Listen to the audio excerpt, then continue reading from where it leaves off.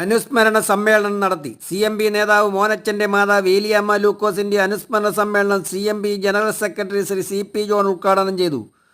KPCC working president PC Vishnunath MLA,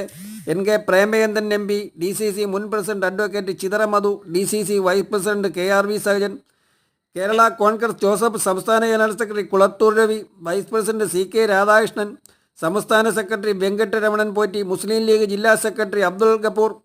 പട്ടികജാതി മോർച്ച ജില്ലാ general secretary Chandrabose, CMB secretariat അംഗങ്ങളായ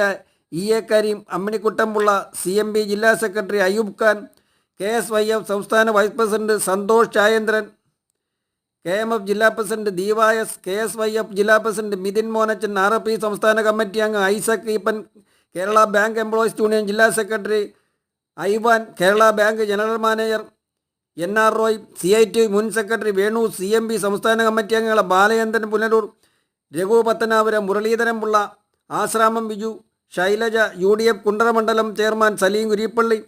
ബ്ലോക്ക് കോൺഗ്രസ് പ്രസിഡന്റ് നിസാം, വ്യാപാരി വ്യവസായി ഏകോപന സമിതി കൊല്ലം ജില്ലാ secretary Nizam, CMB area secretary PV Vinoy Kurippally, YMCA president K John,